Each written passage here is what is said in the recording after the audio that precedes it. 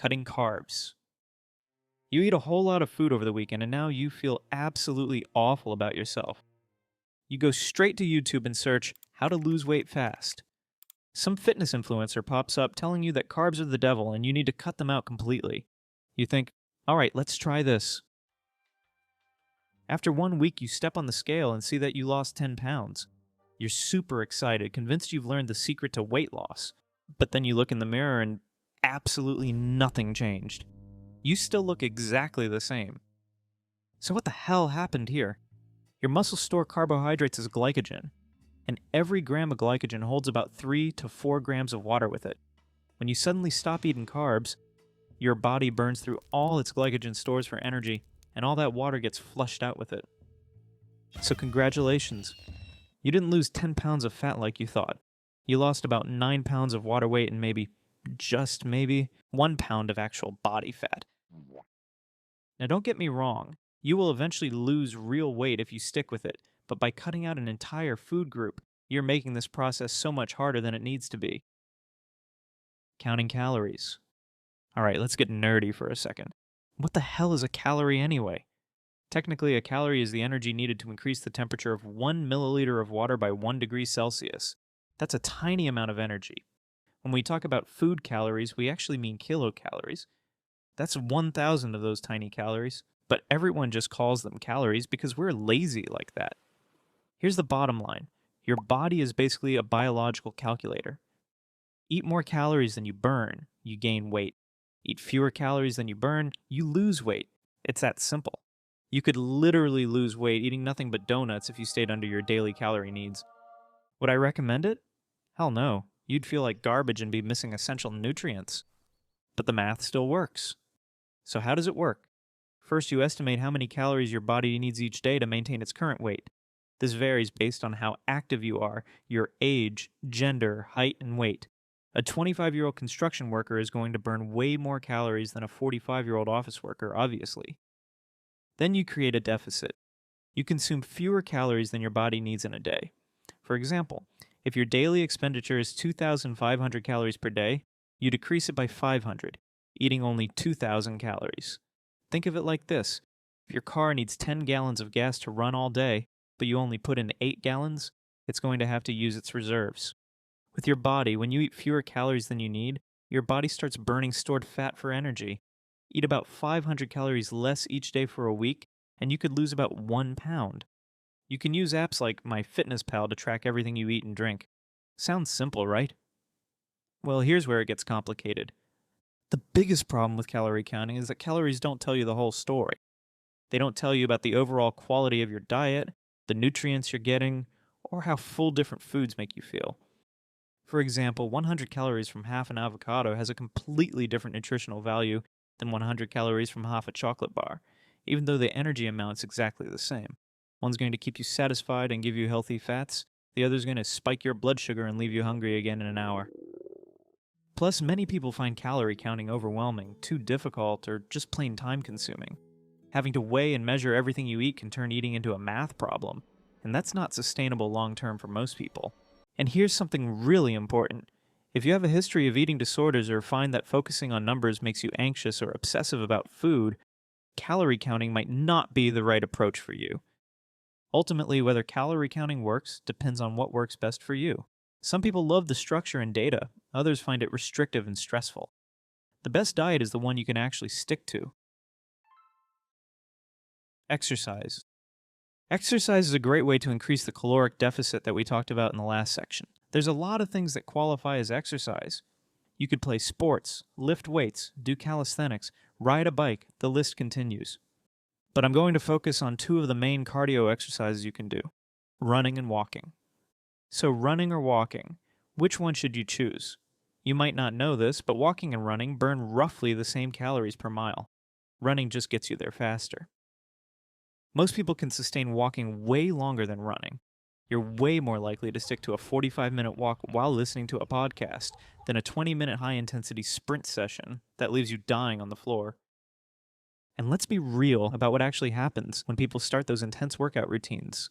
Week 1, you're motivated as hell. Week 2, you're sore but pushing through. Week 3, you make excuses. Week 4, you're back on the couch wondering why you can't stick to anything. So if you're just starting out, I would recommend walking first. It's low burden, your body can handle it well without getting completely destroyed. Walking doesn't require special equipment, a gym membership, or recovery time. You can literally walk anywhere, anytime. Surgery. Weight loss surgery is typically the last resort for people with obesity. Doctors recommend it for patients with a body mass index over 35, who have obesity-related health problems that could improve with weight loss. For example, a 5 feet 6 inches person weighing 240 pounds has a BMI of 38.7. If they also have type 2 diabetes, they might qualify for surgery. Before we dive into how these surgeries work, let's do a quick anatomy lesson.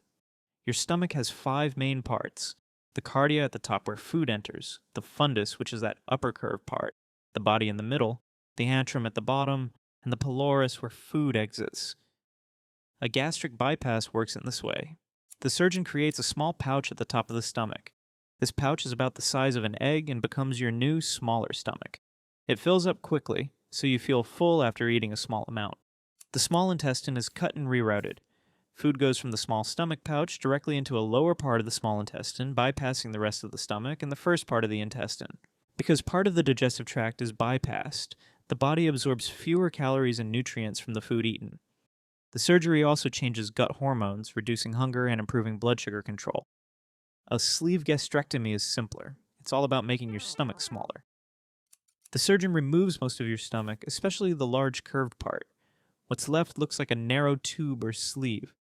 The new stomach is much smaller, so it can hold less food, making you feel full quickly. The cool thing is, the part they remove is also the part that makes ghrelin, your hunger hormone. Not only is your stomach smaller, meaning you physically can't eat much, but your hunger levels drop too. That's because your body is now producing far less of the hormone that tells you to eat in the first place. Unlike bypass surgery, your food still follows the normal digestive path. It's just your stomach that got downsized. Intermittent fasting. Intermittent fasting is just putting your eating on a schedule. You only eat in a certain window of time, and the rest of the time you're fasting. Sounds intense, but you've probably already done this without even realizing it. Remember those chaotic mornings when you're running late for work or school and you skip breakfast? Congrats, you just accidentally did intermittent fasting. There are a few different ways people do this. The most popular one is the 16-8 method.